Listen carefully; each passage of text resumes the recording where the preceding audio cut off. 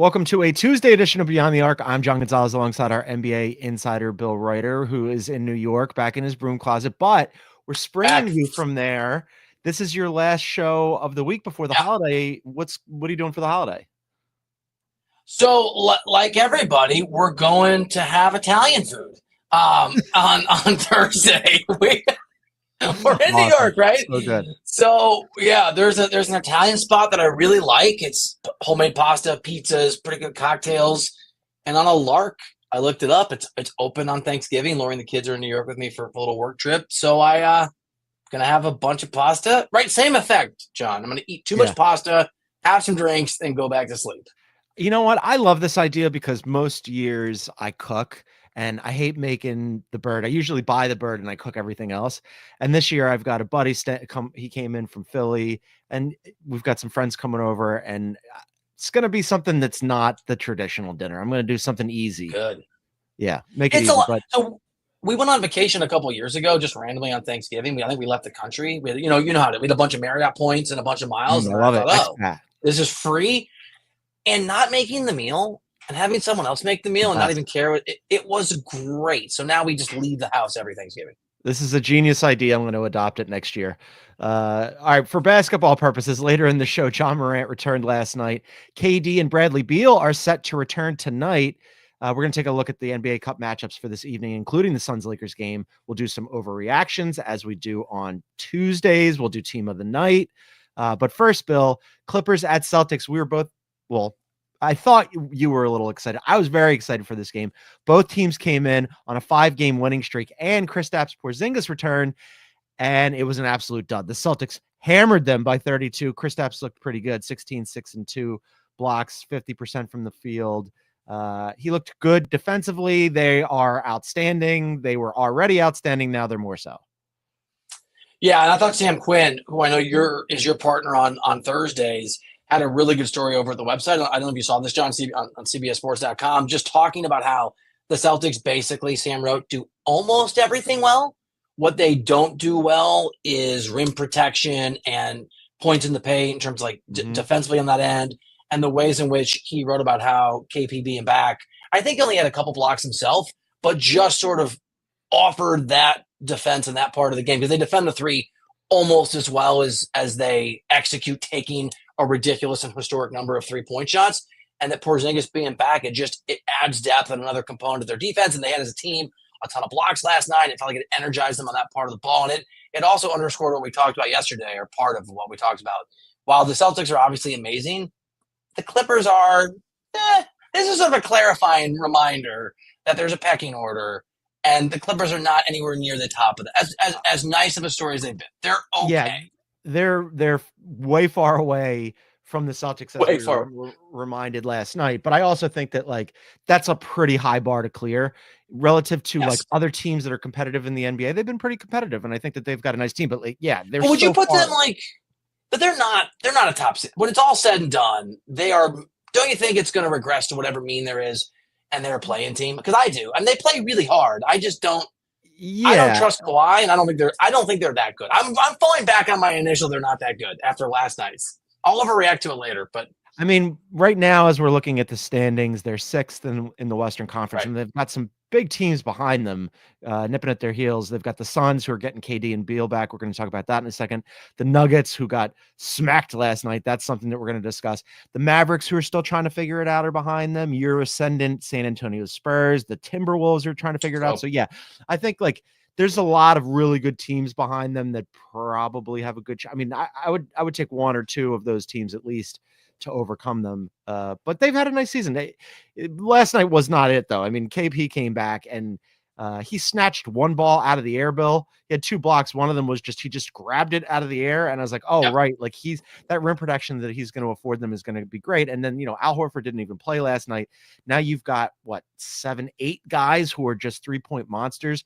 KP got up 6 shots last night from deep. He only hit one of them, but it's just one more guy who can fire threes at you. And last night, they made 22. This is like the same story. I watch Celtics games, and I'm sure the announcer, the in-arena announcer for the Celtics, is a very nice guy. But I almost had to mute it last night because the whole experience is just like JT 4-3, Jaylen Brown 4-3, like Peyton Pritchard 4, and it's just like over and over and over again. And I was like going to put earplugs in, but yeah, they hit what 22 of 51 last night. Bill, they put in 12 in the second quarter that tied an NBA record, and they scored 51 points in the second quarter, which was the most in a single quarter this season. They're ridiculous. I think the bottom line takeaway for me for the Celtics is something we've talked about, but was reinforced by Porzingis being back. As dynamic as they were last year, they were champions. They were dominant champions. They are potentially better this year. There's potentially a better version of Jason Tatum that we've discussed is coming in the playoffs because he didn't shoot well in the postseason. That's not who he is. That's just what happened and it didn't matter. And Porzingis missed ample time, as you remember, last year and last year in the playoffs. And so, you got to stay healthy and all that stuff. This is a better team than they were last year. And last year, it wasn't even close between them and the second best team in the NBA. Yeah, they really do look better. The one thing that is not better, and I know you don't care about jerseys, I'm going to make you do this with me anyway. Oh my God, you're such a jersey. Hit me. Show the jerseys, the City Edition jersey. These are horrendous. This is like I like them. See, I like them. Stop it. No, you don't. I do. Nobody likes this. The Celtics I like don't the like green. them. The fans don't like them. This is so basic. There have been so many beautiful City Edition jerseys that have been put out this season. I don't know who came up with that version, but they just mailed it. They're like, you know what we'll do? A stylish person. We'll make the green just a little louder and the jerseys a little dark. They're classic uniforms, despite my longtime hatred of Boston. The parquet and the classic whites and greens. That's all you need. They're beautiful. That's for the kids, though, man. Trust me. That's not directed at you and me. Although I have bad taste for yeah. It looks like a Green Lantern remake, of which there's been 19, right? None of those have been good either. No, none have been good. None of those have been good either. Dude, I'm telling you, the 16-year-old kids out there are gonna love the colors that pop, the black with the neon. I like it. I'm not even a jersey guy. They don't know what they like yet. But they spend. All right, that's enough Celtics talk. Let's talk about. There's some really surprising results from last night, Bill. We'll start with the Knicks at the Nuggets. The Knicks blew the doors off the Nuggets last night, 145-118. The Knicks looked very good. OG put up 40. Cat had a double-double, 30 and 15 rebounds. Brunson had a double-double, 23 and 17 assists. Mikal Bridges still trying to figure it out, but on the whole, a very nice night for the Knicks. Now, afterwards, obviously not a great night for the Nuggets, who just beat the Lakers on the road, right? So you think, okay, they got some momentum, Joker's back, whatever. Well, Jamal Murray was not happy about the performance, and he had some stuff to say after the game. Here's what he said. I just think it's a long season. Guys have lives outside of basketball.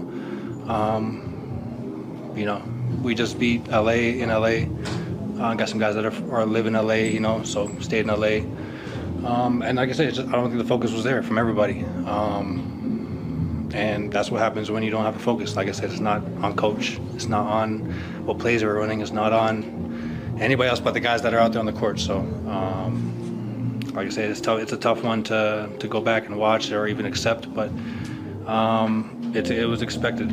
If that's the kind of energy that the whole team is going to bring to start the game and continuously, not have a response, then that's what happens. So we've been on the other side of it. I've been on the other side of it, and tonight we were on the wrong end of it. Great. First thing first. One, what do you think of him calling out his teammates? And two, who do you think he was directing that at? Well, can I say three? We have stuff going on in our lives. This is, to me, a big red flag, too. Everybody has stuff going on in their lives. What does that have to do with work? With rare exception, that has very little to do with work life. And I'm so over professional athletes and coaches who make a bunch of money, who are under scrutiny, acting as if they're the only ones who have stress in their lives that's not understood. I think it's a huge problem calling out his teammates. I don't know who it's directed at. But I also think, John, for me, there is a sort of – we've already been worried about Jamal Murray's level of play, and this obviously goes back to the summer on the Canadian national team where he basically was a shell of himself and he hasn't been particularly good this year. And now he's saying – he's annoyed. I think, well, there's other stuff going on. We have lives. Dude, we all have lives. Like he's calling other guys to their focus, but what I heard from that clip is as much his own focus. And I'm not trying to make light of whatever's going on in his world. I don't know what it is. We didn't know what was up with Joker until we did, right? Had a kid, but we didn't know. You have stuff in your lives sometimes, and I have stuff in my lives, and that has very little to do with your work product and your work responsibilities. To me, there's something going on with Jamal Murray just in terms of having gotten paid, where his head is at and where he's at on the floor. And yeah, there's obviously some discontent in that locker room. And the first thought I had was, is this a Russell Westbrook thing? Because that guy is new to the team and he's different in the dynamic. I don't know. Who do you think he's talking about? Well, so I was talking to producer Aaron about this, for those of you watching on YouTube, you can see the Chiron is taking a shot at Russ. But I didn't see that. Yeah. But first, Russ played pretty well last night. They were struggling, and Russ got hot, and it just wasn't enough late. He had 27 and he was loud in 26 minutes, and he was trying to get them back into it. It didn't work, obviously. But then I was going through the roster. All right, so Peyton Watson went to UCLA. Are you calling out Peyton Watson? He's not the guy that's carrying this team. MPJ was fine. Maybe he stayed back last night. You're not going to call out Joker. Christian Brown hasn't been the problem. Like, are you talking about Julian Strawther? Like, none of this makes sense to me, up to and including the fact that I guess Jamal Murray, and I'm just like reading the tea leaves here between the lines from what he said, that he must have traveled back with the team to Denver, right? Well, he didn't have a particularly great night. He shot 6 of 13, and he was 1 of 5 from deep. And as you mentioned, he didn't have the greatest season last year. He had a couple of moments in the postseason and then dipped out. The Olympics weren't great for him. He hasn't been that great this season. He's never been an all-star. He's never made an all-NBA team. He's the guy that's calling over. I don't know who he's calling out here, and I'm not sure he's the great messenger. I think there's also important context here. If you saw Michael Malone's post-game comments, he went on a 4-minute rant about the lack of effort and not trying, and it's unacceptable. And he name-checked Jamal and MPJ and Joker for their lack of leadership and did it in the context of, and I think somebody asked about Russ, and he said, yeah, Russ was being pretty chirpy to the guys, which is fine if you're a leader, but you're the new guy and you're not Joker. And Michael Malone pointed out, this is Michael Malone talking. It's like, I need Jamal talking, and I need Joker talking, I need MPJ talking, not the new guy, basically. And so I think it's clearly Russ, because Malone said to his players through the media, I need these 3 guys that have been here to care enough and be vocal enough, not just this Westbrook guy who's new. Look, it's all, you said it, trying to read tea leaves. I think it's a Westbrook problem. It doesn't mean it's Westbrook's fault, but I think it's clearly directed at Westbrook, and you couple that with what Michael Malone said, and even though they beat the hell out of the Lakers, there's a problem. If that's the case, if it is an attack or like a slight against Russ, then that, I think, says that they have serious troubles, because, again, Russ was somebody who played last night. You know, like he right. wasn't the problem last night. There were a lot of things that were a problem last night. I don't know that it was Russ. So, like, if he's still feeling a certain way, Jamal is feeling a certain way about Russ after that, like, doesn't feel great. This was Aaron's question. I think it's a good one. What does it say? Who does it say more about from last night? The Knicks getting a big win, or the Nuggets having a brutal loss? It is a good question. I think it's the Nuggets. Again, like, we should talk about it. It's interesting. It's one basketball game. I mean, it's right. And it's a pattern. It is a pattern in Denver. And Malone talked about this. He sort of cited several examples going back to I think he cited the first or second game of the year where they let down in the second quarter. So there's been a lack of the focus and effort that Malone requires from this team. And so I think it says more about Denver, that there is this sort of lull in them and this low that we've seen, and that it exists with Joker in the lineup that is really problematic. I know the Knicks offense is really good. I'm not sure they're scoring 140 points most nights. I think that's probably a bit of an anomaly, and that will mask whatever defensive deficiencies there are and or remain going forward with Cat out there. So I'm going to put the Knicks aside. I think Denver's not very deep. If there are Russell Westbrook, Jamal Murray chemistry issues, that is a problem. Malone now talking about his 3 stars, if you want to put MPJ and Murray in that category, is not leading enough and caring enough and being vocal enough. I thought when I watched it like 6 times this morning, I thought that was a shot at Murray and MPJ, and he included Joker just because that maybe takes some of the sting out. Sure, yeah. But I think there's problems in Denver, and I think the takeaway is as high as the highs are for the Nuggets, I think they're probably going to be okay. And we saw it against the Lakers. There is a concern from Jamal Murray, from Russell Westbrook, from Michael Malone about what the lows are for that team potentially. If only they could play the Lakers every game, they'd be just fine. But yeah, That's I mean, right. like the vibes don't feel great there. I think that we probably did learn more about the Nuggets last night because clearly there was this thing simmering under the surface that I wasn't aware of. I didn't see it. I mean, I thought, hey, Joker comes back from having a kid. They smacked the Lakers, all good. You're going to go back and play the Knicks. And hey, it's one basketball game, as you say, but to let the Knicks put up 145 points is significant. I will say we did learn a little bit about that. That Knicks offense is just absolutely it's been really, really good. Especially when Anunoby clicks or if Bridges, like when you add, right, assuming Cat and Brunson are going to be awesome, you add a third guy into that mix. You're right. Now they've won 7 of their last 10, and they're doing it again without Mikal Bridges really looking like Mikal Bridges. And one thing that we didn't learn about the Knicks last night that we've always known is that Tibbs just cannot help himself. Bill, they were up by a million miles last night, and he did not empty the bench until just a little over 2 minutes left, like 2:19. Just absurd. Like Tibbs, come on, man. Even in this game, you can't. Somebody should eject him from a game. Yes. The organization should try to get him run late in games like that. It would help. Yeah, it really would. Yeah. All right, let's take a quick break. And then on the other side, 2 other games that we have to hit from last night. Curious results. The Warriors lost to the Nets at home last night at a time when their schedule is going to be very difficult. And John Morant returned, and he looked ridiculous. We'll talk about both of those things on the other side. This is Beyond the Arc.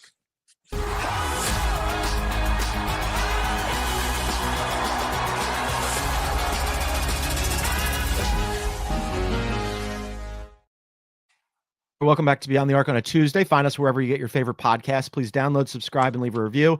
And on Spotify, if you're listening to us there, if you expand below the play button in full screen mode, you can tell us what you think about the show. Leave us a question or a comment. All right. The Nets went to Golden State last night, Bill. This has to be, I think this might be the most curious result of the entire season to date. The Nets won by 8 at the Warriors. The game flipped by 25 points at the end. Golden State was winning. Then all of a sudden, here come the Nets. It was the 9th clutch game for Golden State. They had been 5-3 in the previous 8. And we can talk about the upcoming schedule in a second, but this is a game that the Nets won. No Ben Simmons to, the extent that he helps. No Claxton. Cam Johnson went out with an ankle injury midway through. This is a bad loss for Golden State. They lost the Spurs game. That one you could go, okay, the Spurs are ascendant, fine, whatever. You can't lose the Nets game. It's a bizarre outcome. And as you noted, it's the second game in a row where the Warriors are up on a team that even the Spurs you're supposed to beat. Mm-hmm. And then the wheels come off. And I know Hield had a poor shooting night, and you sort of go through what happened. You said it. The Spurs make sense. They're Wembanyama and sort of the house money reality of they're playing well, but they're not expected to, and you can play loose and hit some shot or whatever. I don't know what to tell you about a bad Nets team being heavily depleted, beating this Warrior squad. It's bizarre. And this game was at home, right? Like it's not like we had to travel and we had to fly all the way to San Antonio and then drive out because the Spurs arena, as you know, is next to some stables, and it's kind of a random spot. It's kind of a downer when you walk. The vibe's a little weird. I don't know. I don't have an explanation for how the hell that game happened. Is this one of those games where we have praised Steve Kerr's deep rotations all season long, and it's worked for them all season long. They are 12-5, right? But they've lost 2 in a row now, and here's a game where you're up and you should win this game at home, and he still is running out 1, 2, 3, 6, 11 guys. I mean, is this one where he should have tightened up the rotation? Maybe. So here's the thing. It has worked, and at the first sign of trouble, and I don't think that is a Spurs game. It's when you start to get down on the Nets game. I'm not sure you go away from it, or it just indicates to those guys you don't actually believe that this can work or they can work. I do wonder, because there's a lot of new guys on the team, a lot of guys who aren't familiar with being Warriors and the expectations that come with being the Warriors. And Deion Sanders said something over the weekend that I thought was really interesting about how people become intoxicated by success. And when they're intoxicated by success, they stumble and they get dizzy, and maybe to a small degree, all of a sudden this Warriors team with these new guys and this deep lineup and players that haven't been a part of this culture for a while started hearing the Warriors are back. Maybe they're the best team in the Western Conference. Maybe they're actual contenders.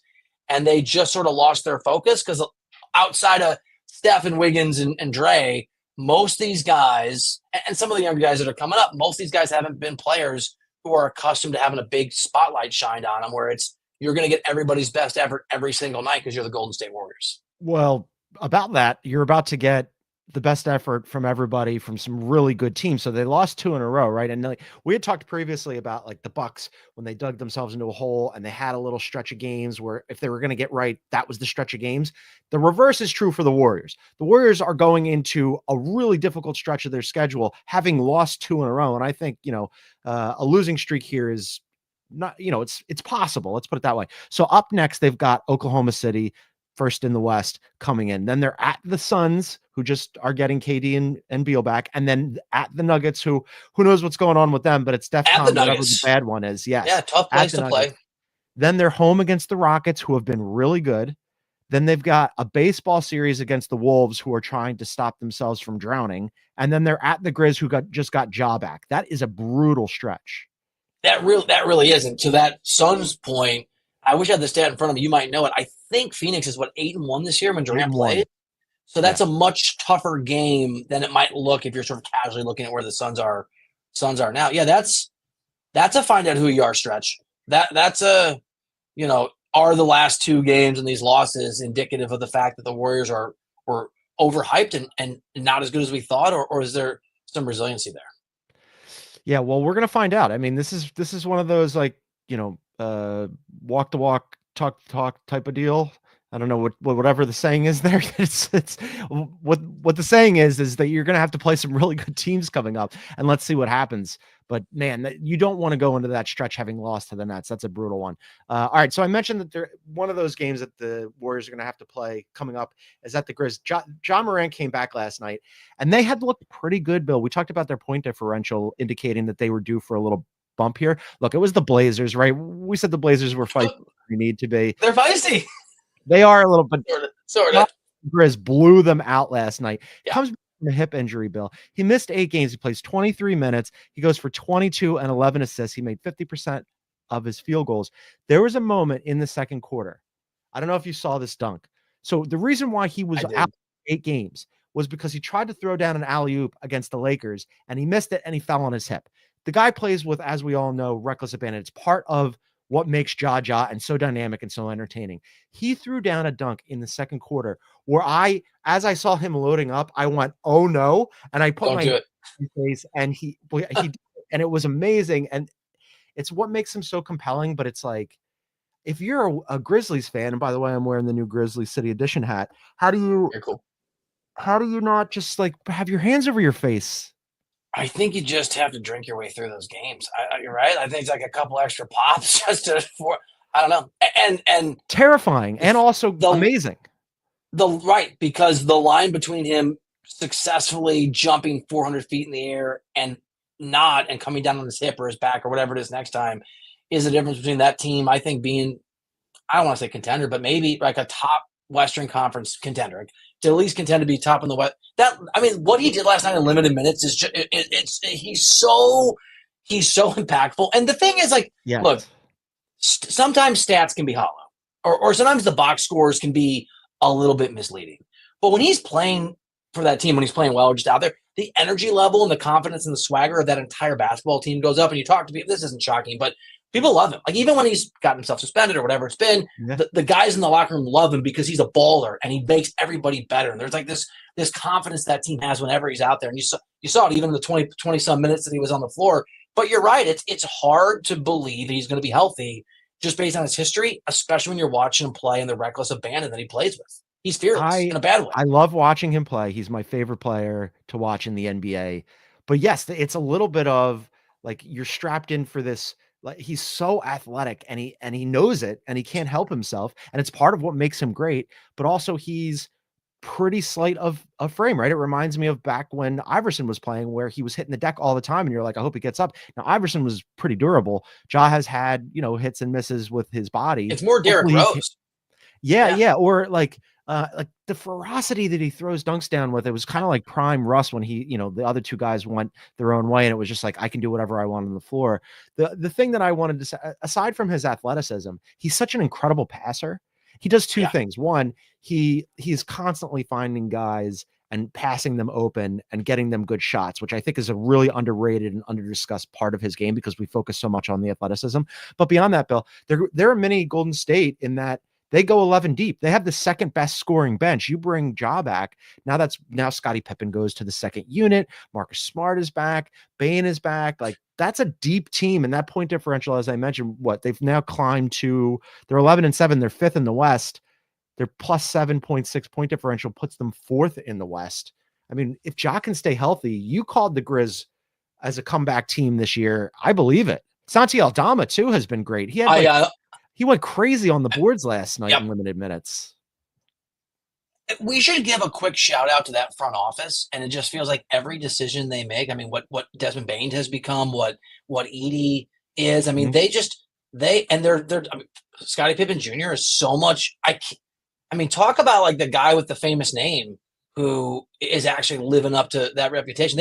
Because Memphis is not a place where you're gonna go get free agents with any ease, right? They've done an amazing job, not just in having because Morant fell to them at 2 because that was the Zion draft, wasn't it? It was Zion 1, Ja 2. Okay, so that's who you're gonna take. But what they've done consistently to put guys around him is pretty remarkable. And to your point, I also think playing with John Morant is gonna make life a lot easier for a lot of these guys too. He creates so many opportunities.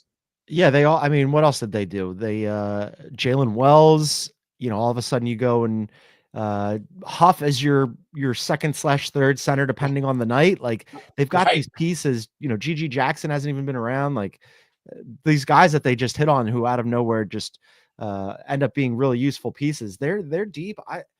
Depending on what happens with Ja. If he's healthy, they're legit. This could be good.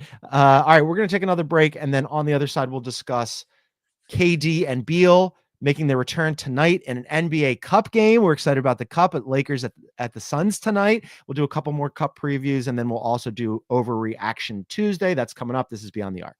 Historic rivals with unforgettable seasons meet in a game of honor. The Army-Navy game presented by USAA, December 14th on CBS. All right, welcome back to Beyond the Arc. John and Bill hanging out on a Tuesday. Just a reminder, you can find us on YouTube at Beyond the Arc CBS. Please hit the like button, leave a comment, subscribe, and the little bell symbol. If you click on that, you'll get notified when we go live. We're live Monday through Friday, not this week because of the holiday, but most weeks, Monday through Friday, noon Eastern. All right, Bill, KD coming back and not a moment too soon for the Suns. As you mentioned, they were 8-1 with him, and without him, less successful. Or are they without him? 1-6 without him. 1-6. Big game tonight in the NBA Cup. This is going to be a fun one. Lakers, all they do is win NBA Cup games, Bill. They're 2-0 in their group B.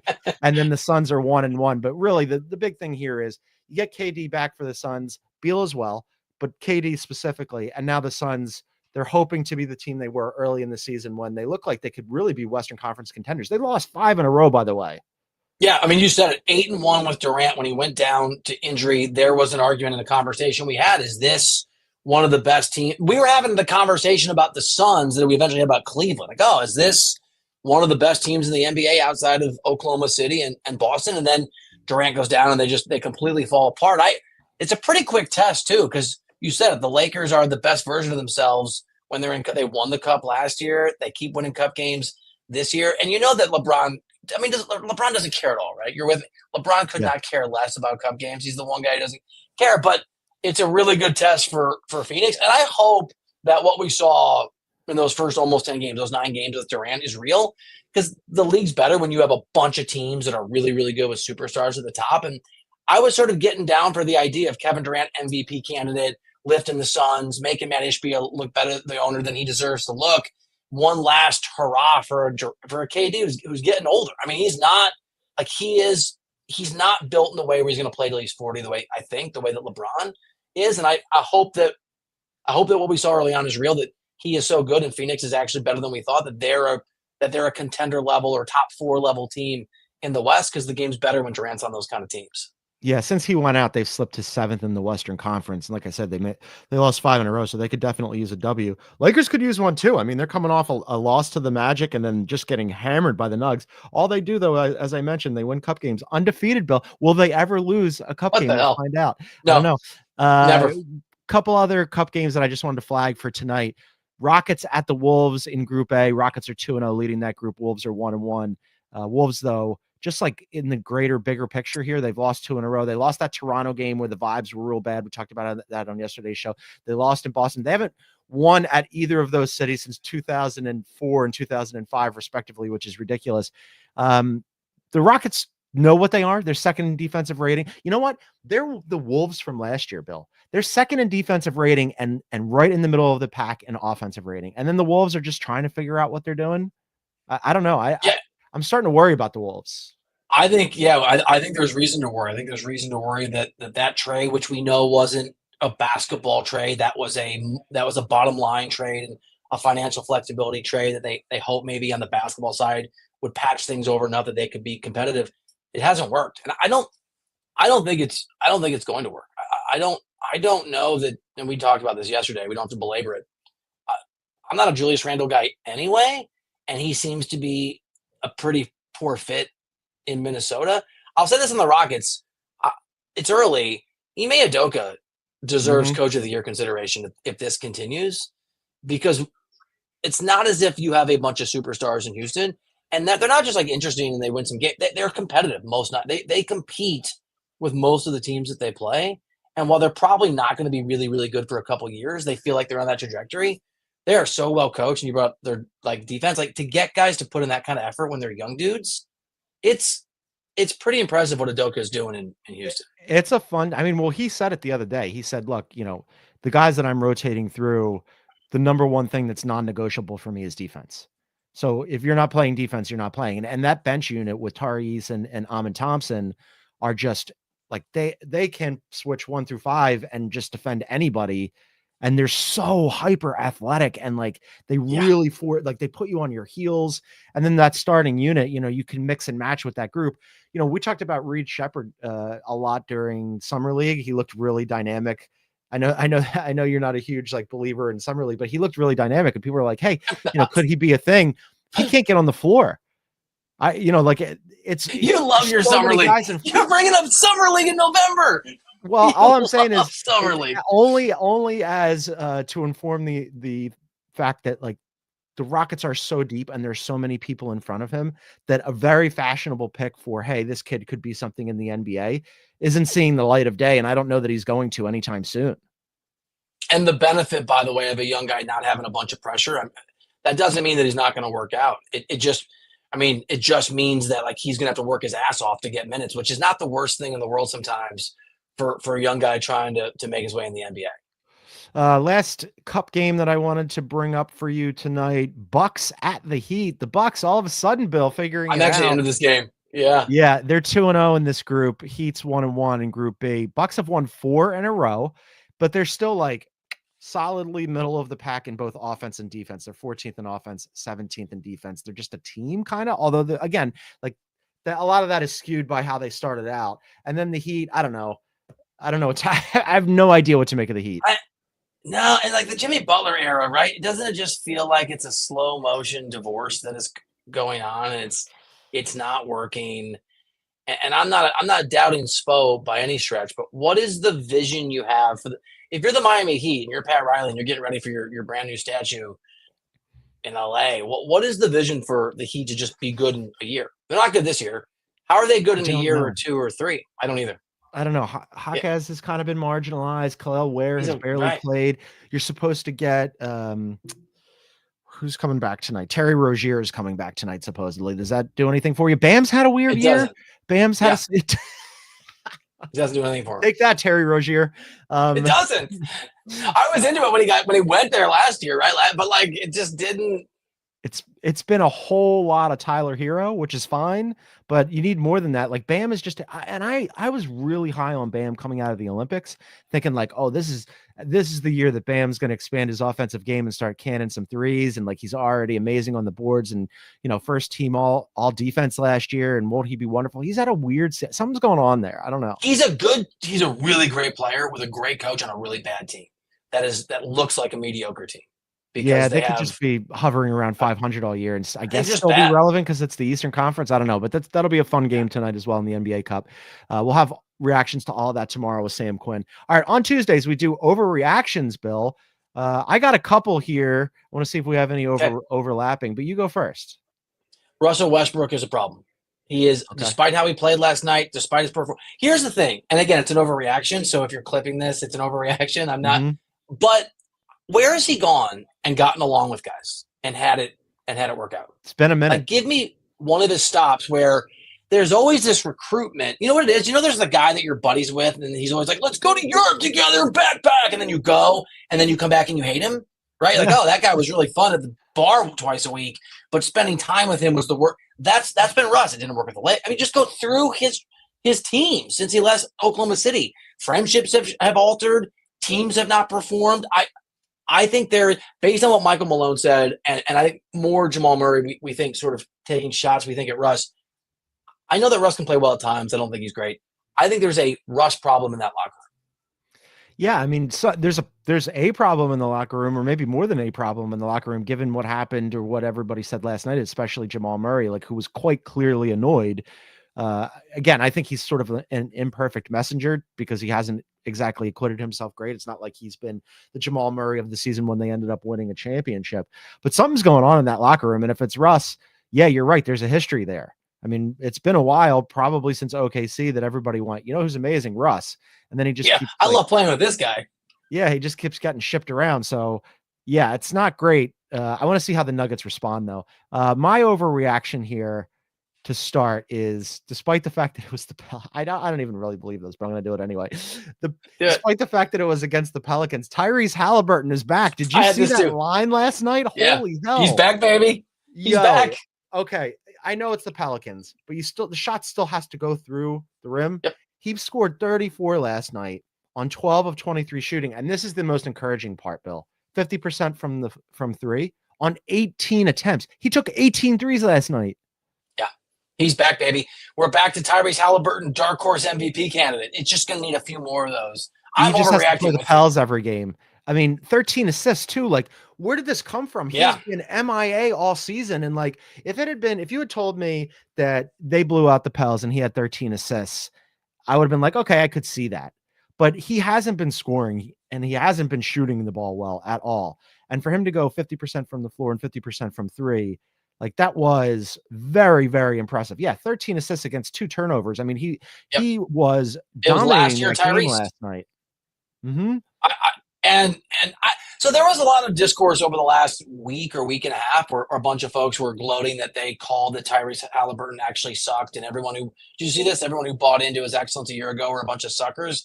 And I just don't, that's not the right read. I mean, it's not as if Tyrese Halliburton was really good last year for 11 games, right? And we all got carried away. That guy was awesome for half the season. Yeah. And then he got hurt. And then when he got back, he was never the same level. Last night is one game, but I want to overreact with you. I want to believe it's back because he became a top 5 most interesting player to watch last year during that run where he was balling out. He was hitting threes. He was dishing to guys. He was putting that team on his back offensively. I'm with you. I'm not sure I believe it either, but I want it to be true that Tyrese Halliburton is back. I mean, I'm going to ask producer Aaron to look this up, but like, just taking 18 threes. That's a lot. I mean, but obviously he was I'm going to go out on a limb here and say it was his most threes this season. I don't know what his second most was. Doesn't feel like. Should I guess? I'll guess 11. Straight guess. Sure, something like low double digits or something. But yeah, we'll have Aaron check that out while we do another one here. All right, give me another overreaction. Here's my last overreaction. Here's my last one. Defense doesn't matter. I'm over defense. It's not significant, especially for the Knicks, who haven't been good at that. You just score 145 points. Cat is more than the other team. Yeah, he doesn't have to play defense. Yeah, you know what? We were wrong. Tibbs was wrong. Everybody's like, oh, defense matters. It's insignificant. Just score 140 to 150 points and you're good to go. Cat's awesome. Defense also overreaction. Passe. Cat's amazing. Defense's passe is an interesting one. Passe. Just to go back to what Ime was saying, previous high, you nailed it, 11 for Halliburton. So yeah, 18 is just ridiculous. But anyway, just to go back to what Ime was saying, like, generally, historically, if you're going to win an NBA championship, you're going to probably be hovering right around the top 5 in the league in defense, right? Not anymore. I don't know, not anymore. I don't know that the Knicks are going to win a championship this season, but they have been fun to watch. 145 points at Denver. It was ridiculous. Speaking of Denver, Bill, despite the fact that the Joker didn't have a hugely Joker game last night, an off game for him is a, an incredible game for somebody else, but he didn't have a great game last night. But this season has been ridiculous. So, as I mentioned, he's averaging a triple-double. He's averaging a career high in points per game, rebounds per game, and assists per game. He's the only player in the NBA to rank in the top 10 in all three of those categories. Here's my overreaction. In the history of the NBA, only one person has ever won 4 MVPs in 5 seasons. That was LeBron James. This is a better run than LeBron had back then. Joker, I think he's about to go, I think, 4 or 5 unless something drastic happens. And the reason why I'm saying it's better, it's not even really an overreaction. I went back and looked at LeBron's impact during that final, that 4th MVP year. He was a plus 15 per 100 possessions during that season. That's ridiculous, right? Absolutely absurd. Joker going into last night, plus 31, double that number. Like, that is such an astronomical figure. It's almost like you have to send away to NASA to calculate it. It can't possibly be true. Let me reinforce your overreaction with a overreaction of his teammate Jamal Murray, which will require Joker to keep doing these stats, and that is Jamal Murray is washed. I'm not sure I believe it either. This is Aaron's idea. But this is his belief. Is it? Yeah, he's real down on Jamal. I got to tell you, I do not like his press conference comments, and I think that they're problematic in the sense of calling out other guys in the back end of that comment. But also the we have lives thing. I'm going to harp on this. People have stuff going on and they don't talk about it, right? Michael Jordan was puking his guts out and still went out there and had the flu. Right? There's just, you don't make excuses. You don't make excuses. And so I think your teammates out publicly. All of it. I mean, for me, for us, from a media perspective, we of course always want guys to talk. But we're not in the locker room. We're not trying to win games. We're just trying to file copy or have a. I want them to talk so I can criticize them like I am here. Of course. But if you're a teammate, you would, I think, much prefer if Jamal did that behind closed doors and went, "Hey, why'd you stay in LA last night? What are you doing? We're trying to win basketball games here." That's it. And if to bring these together, if Jamal Murray is washed or a lesser version of himself this year, his teammate is going to know it, and Joker is going to have to do what he's doing, which is just somehow, despite the run he's on, be even better than he's been the last 4 years to make up the difference, which he's doing. And he will do if he has to. Yeah. You got any more overreactions? Here's an overreaction. I think I like this hostage closet, if you're watching on YouTube, even better than the one I do usually in LA. It's kind of growing on me. It's cozy and comfy. Unfortunately for you, this is the last one for you this week. Otherwise, maybe you have to just go back to New York and broadcast out of the closet. Let's do team of the night before we wrap this up. I'm gonna go with the Knicks. It's such an easy one, but I mean that kind of offensive performance. And look, there's a world where maybe the defense gets better, and I think you do have to give them the benefit of the doubt to integrate a couple new guys and Cat being the main one and figure out how it works. So if the defense becomes what you sort of expect from that kind of a team, they have this offense that is this good and this dynamic, one of the best in the NBA. I mean, last night is really impressive as an individual performance and a reminder that if they can figure out the defensive end, because Udoka's right, you have to be good at both. That's what history tells us. If they can figure the defense out, you couple that with the offense we're looking at, that becomes a really dangerous Knicks team.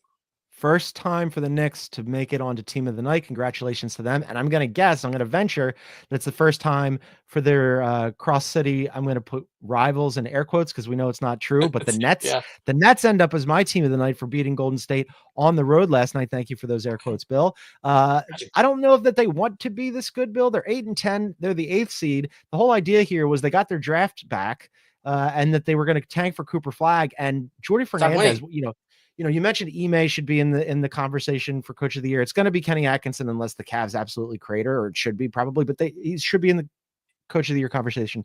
Jordy Fernandez should be in the Coach of the Year conversation just because he's getting so much out of a team that should not be this good or this functional. 8-10, 8th seed in the Eastern Conference. They've won 2 in a row. They just beat the Warriors and the Kings. They also, by the way, beat the Grizz twice this year. They are 4-0 against the Western Conference for the first time in franchise history. Here's another one for you. 8th in offensive rating. What? Yeah. I'm going to Nets Magic on Friday. Ugh. Nets Magic. Okay, yeah, that's going to be, well, that could be a rock fight. Godspeed to you. I was watching some of the Magic game last night and thinking about you, and I was like, he's right. This is a tough watch. Hard watch. But can I just say, Bill, did you look at who they started last night against the Warriors? Jalen Wilson, Zaire Williams, Dennis Schroeder, who's coming off a good Olympics and has been excellent, Cam Thomas, who's just like instant offense, and Cam Johnson, who only played 14 minutes because he rolled his ankle. Wow. No Simmons, no Claxton. That's the starting lineup that you roll out against the Warriors and beat them on the road, and you have the 8th offense in the NBA. I don't understand any of that. That's a great call. You're right. It's going to be Kenny. It's going to be Kenny Atkinson if the Cavs finish with the record that looks like they're going to. But you can put a couple other guys in the mix, and the Nets head coach is certainly one of them.